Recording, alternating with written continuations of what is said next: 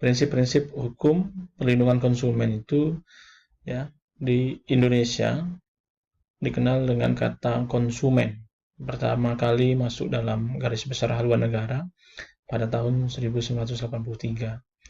Pembangunan nasional pada umumnya dan pembangunan ekonomi pada khususnya menurut GBHN harus menguntungkan konsumen.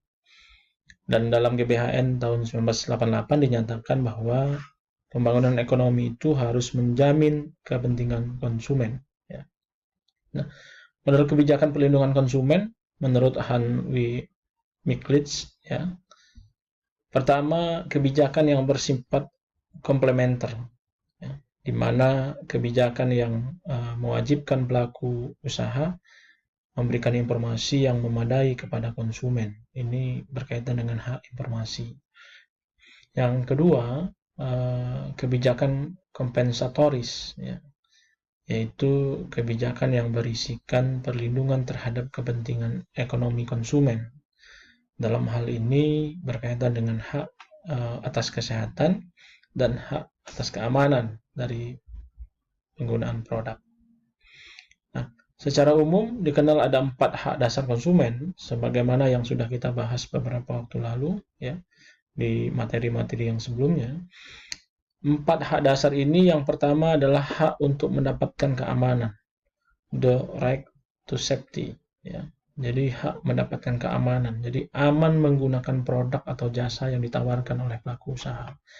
Itu dulu, karena kita khawatir bahwa produk-produk yang dihasilkan atau jasa yang ditawarkan itu tidak sesuai dan kemudian bisa membawa dampak merugikan konsumen. Yang kedua, hak untuk mendapatkan informasi, the right to be informed, ya. Informasi tentang produk, tentang jasa yang ditawarkan, tentang testimoni-testimoni dari usaha dan produk-produk yang kemudian sudah ditawarkan di masyarakat. Itu penting sehingga kita sebagai konsumen tidak dirugikan dalam kapasitas sebagai pemakai, ya. Yang ketiga, hak untuk memilih, the right to be choose, ya. Jadi boleh memilih, berhak memilih apa saja, milih produk apa yang ada di tengah pasaran juga diperkenankan dan diperbolehkan. Itu hak kita karena kita yang akan membayar. Nah, dan juga boleh memilih tentang jasa yang kemudian harus kita gunakan atau kita pakai, ya, sehingga konsumen itu benar-benar dapat mendapatkan apa yang kemudian menjadi kebutuhannya.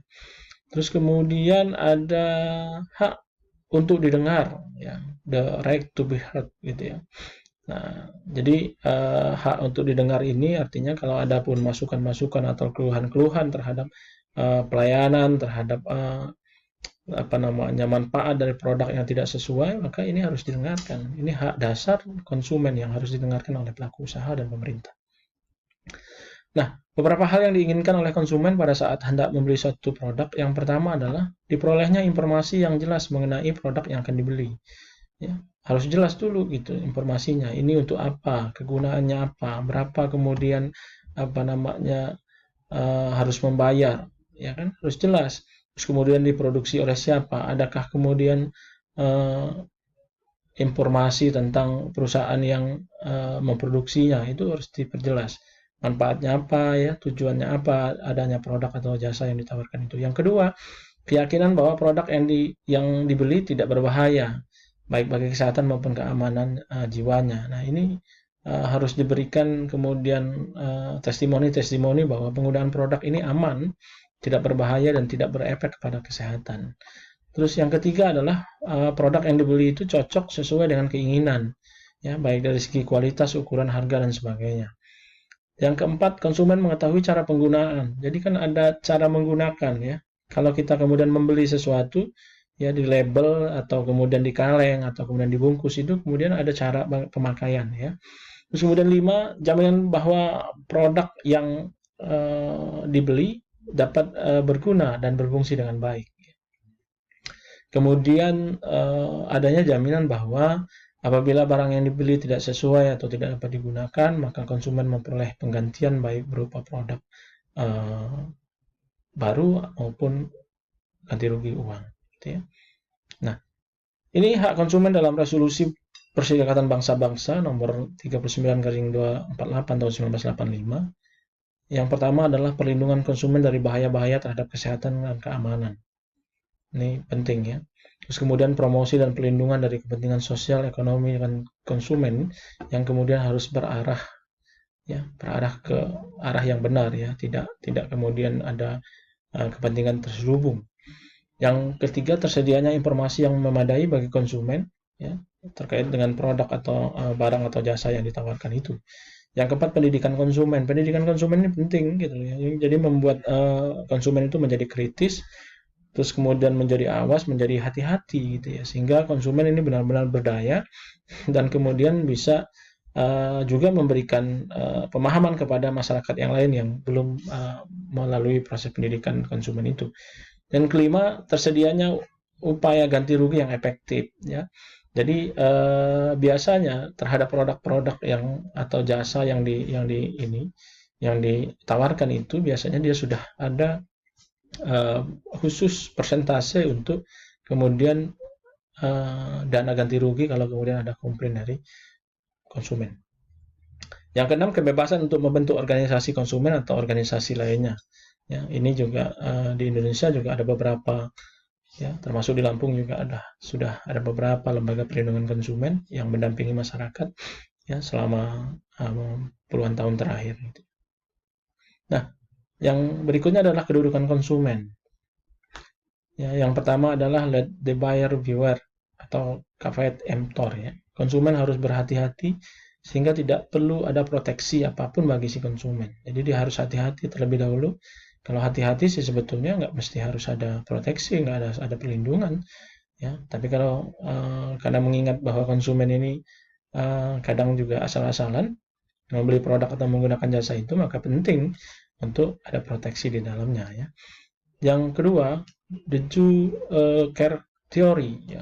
Pelaku usaha mempunyai kewajiban untuk berhati-hati dalam memasyarakatkan produk, baik barang maupun jasa. Jadi harus benar-benar hati-hati juga dalam memberikan informasi atau kemudian memproduksi satu barang ya, atau menawarkan suatu jasa gitu, karena jangan sampai kemudian itu tidak sesuai dengan apa yang kemudian dipromosikan gitu ya, maka dia akan kena masalah kalau tidak sesuai. Dan yang ketiga, the validity of contract ya, saling melindungi setelah terjadi suatu hubungan kontraktual, itu kedudukan konsumen. Nah, ini prinsip tanggung jawab dalam hukum ada beberapa. Yang pertama adalah prinsip tanggung jawab berdasarkan unsur kesalahan. Pasti dong kalau kemudian ada kesalahan pasti ada tanggung jawabnya. Terus kemudian prinsip praduga untuk selalu bertanggung jawab. Jadi terhadap suatu produk atau jasa itu yang ditawarkan atau yang digunakan oleh masyarakat itu, ya pelaku usaha penting untuk selalu khawatir ya kalau kemudian produk atau jasanya kemudian tidak sesuai. Kemudian prinsip praduga untuk tidak selalu bertanggung jawab ya, karena apa? Karena dianggap bahwa konsumen ini sudah dianggap sudah berhati-hati dalam memilih ya. Yang keempat, prinsip tanggung jawab mutlak ya, strict liability. Terus kemudian ada prinsip tanggung jawab dengan pembatasan, prinsip product reliability, professionally, dan liability gitu ya. Ini juga masuk dalam prinsip tanggung jawab. Nanti akan kita bahas satu-satu ya, kan mahasiswa. Nah, ini prinsip tanggung jawab berdasarkan unsur kesalahan. Prinsip ini menyatakan bahwa seorang baru dapat dimintakan tanggung jawab secara hukum jika ada unsur kesalahan yang dilakukan.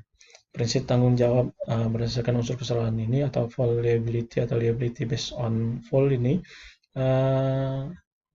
prinsipnya yang cukup umum ya, berlaku dalam hukum pidana dan hukum perdata. Jadi kalau ada kesalahan maka harus tanggung jawab ya, baik ganti kerugian atau kena pidana atau denda ya.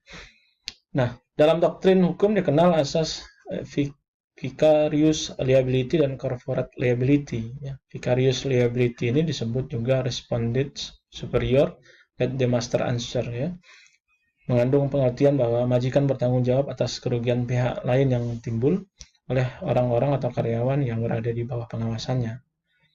Jika karyawan itu dipinjamkan ke pihak lain, maka tanggung jawabnya beralih kepada pemakai yang karyawan tadi. Yang kedua, corporate liability pada prinsipnya memiliki pengertian yang sama dengan vicarious liability. Ya. Menurut doktrin ini, lembaga korporasi yang menanggung suatu kelompok pekerja mempunyai tanggung jawab terhadap tenaga-tenaga yang diperkerjakannya. Ya, ini doktrin hukum dalam perlindungan konsumen. Yang kedua, rekan mahasiswa, prinsip praduga untuk selalu bertanggung jawab. Ya, prinsip ini menyatakan bahwa tergugat selalu dianggap bertanggung jawab, presumption of liability principle, ya, sampai ia dapat membuktikan ia tidak bersalah. Jadi beban pembuktiannya ada pada si tergugat. Dalam hukum pengangkutan, khususnya pengangkutan udara, ya, prinsip tanggung jawab ini pernah diakui sebagaimana dapat dilihat dalam pasal 17, ya, 18 ayat 1, pasal 19 junto pasal 20 Konvensi Warsawa 1929 atau pasal 24, 25, 28 junto pasal 29 Ordonansi Pengangkutan Udara nomor 100 tahun 1939. Kemudian dalam perkembangannya dihapuskan dengan Protokol Guatemala tahun 1971. Jadi tergugatlah yang kemudian dianggap bertanggung jawab apabila kemudian dia tidak bisa memenuhi apa yang kemudian atau tidak bisa membuktikan bahwa ia tidak bersalah, gitu ya. Mungkin itu rekan-rekan mahasiswa yang bisa saya sampaikan. Terima kasih atas perhatiannya.